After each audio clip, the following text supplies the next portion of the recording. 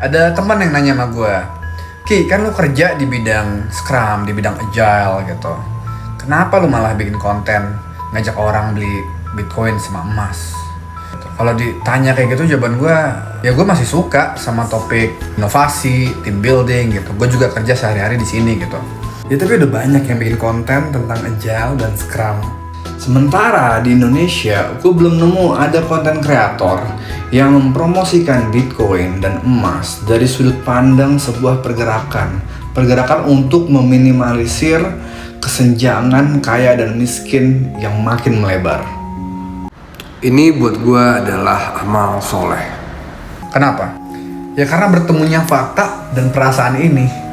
Buat gue yang lahir di keluarga menengah ke bawah gitu, tahu fakta ini nih, bahwa sejak tahun 71 ya, saat dolar nggak lagi di backing sama emas, uang bebas dicetak nggak ada batas, makin lebar tuh jurang pemisah orang kaya sama orang miskin. Itu bikin hati gue terenyuh. Sedih banget men, setiap kali lu di jalan ketemu bapak yang kerja kayak gini, jualan barang yang berat gitu, tahu laku apa enggak. Kenapa ini semua bisa terjadi? Nah, 5 posit di bawah ini ngejelasin itu semua. Uang karena nggak punya batas ya, nilainya jadi konsisten turun terus. Cuman ada yang bilang, ya inflasi mah kan sedikit, cuman 2% ya, 2% nilai uang lo turun terus gitu. Ya bener juga sih, emang cuman sedikit. Masalahnya adalah ini nih yang ini. Orang kaya itu pinter ya, sebagian dari mereka pinter, tahu ya nilai uang itu konsisten turun gara-gara ini tahun 71, mereka berbondong-bondong investasi. Nah, makin banyak nih orang yang masukin uang ke properti, ke bisnis gitu, makin meningkat harganya. Makin banyak lagi orang yang mau masukin uang ke sana. Ya sebenarnya bagus sih kan, ekonomi makin naik gitu, makin maju. Cuman coba dulu lihat, emang bisa semua orang beli saham, beli properti gitu, bikin bisnis, emang bisa? Ini nih si bapak ini jangan-jangan butuh 3 bulan buat nabung untuk beli 1 gram emas doang. Nah, jangan-jangan dia nggak punya KTP, nggak punya akun bank. Ya jadi emang ini nih sumber masalahnya nih, gitu. Bahwa orang itu emang beda-beda. Yes, ada yang pintar, ada yang kurang pintar, ada yang bisa bisnis, ada yang males banget bisnis, enaknya kerja disuruh-suruh gitu. Cuman kalau misalnya ya jumlah uang itu terbatas, nilainya nggak konsisten makin turun, orang-orang yang mungkin bisanya cuman ya nabung duit, nyimpen duit, itu kekayaannya juga sama naiknya gitu, sama orang yang biasa bisnis, orang yang biasa ambil resiko gitu, orang yang pintar gitu, yang jadi bos-bos perusahaan, naiknya bisa bareng. Dan itu yang kejadian men. Pas dulu tahun 44 sampai tahun 71 jumlah uang ya dibatasin sama emas. Datanya ada dan gak cuma di Amerika. Ini langsung gue tunjukin aja nih data di Indonesia ya. Tahun 40-an sampai tahun 80-an ya awal itu kita kesenjangan ekonomi yang kaya sama yang miskin itu nggak memburuk ya. Malah di awal-awal itu membaik gitu. Nah, kenapa kok bisa nih tahun 83 tiba-tiba melonjak tuh porsi pemasukannya kaum sultan ya, top 10% orang terkaya di Indonesia dibanding ya kaum menengah ke bawah nih yang biru gitu kan. Kenapa bisa meningkat? Karena ada deregulasi ekonomi. Bikin bank dan minjemin duit bank itu makin mudah. Efeknya itu bikin suplai uang yang beredar meningkat ya. Aneh kan? Nanti gue jelasin bisa gitu. Nah ini kok bisa gitu ya, karena tahun 78, 5 tahun sebelumnya kita putus backingan rupiah ke dolar. Kenapa? Karena dolar juga putus ya tahun 71 itu backingan dolar ke emas. Nah sekarang yuk kita rangkum ya. Jadi nilai uang yang makin turun terus karena uang gak ada batasnya ya, bikin orang miskin yang cuman bisa nyimpen cash ya di kantongnya, gak usah buat nabung gitu, itu kekayaannya makin lama tergerus ya dengan inflasi. Dia usaha kerja keras sekian, nah besoknya harga naik, keambil tuh kekayaannya.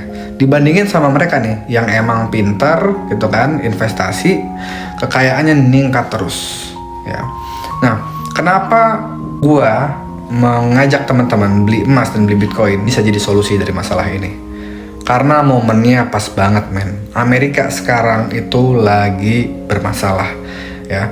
Banyak negara-negara udah mulai nggak mau pakai dolar, termasuk Indonesia ya, yang juga jadi pemimpin di ASEAN buat kabur dari dolar. Momentum ini bisa kita ambil untuk mengembalikan kondisi sebelum tahun 71 ya.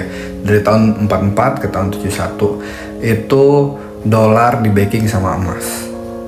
Kita ikut bank sentral lain yang sekarang banyak nih lagi nimbun emas, lagi banyak beli emas gitu.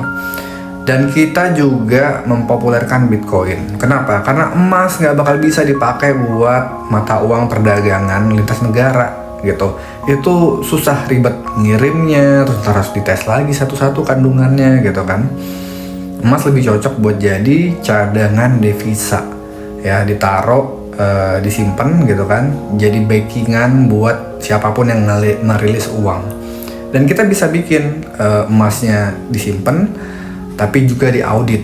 Itu tetap possible sebenarnya gitu, asal kita bisa koordinasi, kolaborasi antar negara.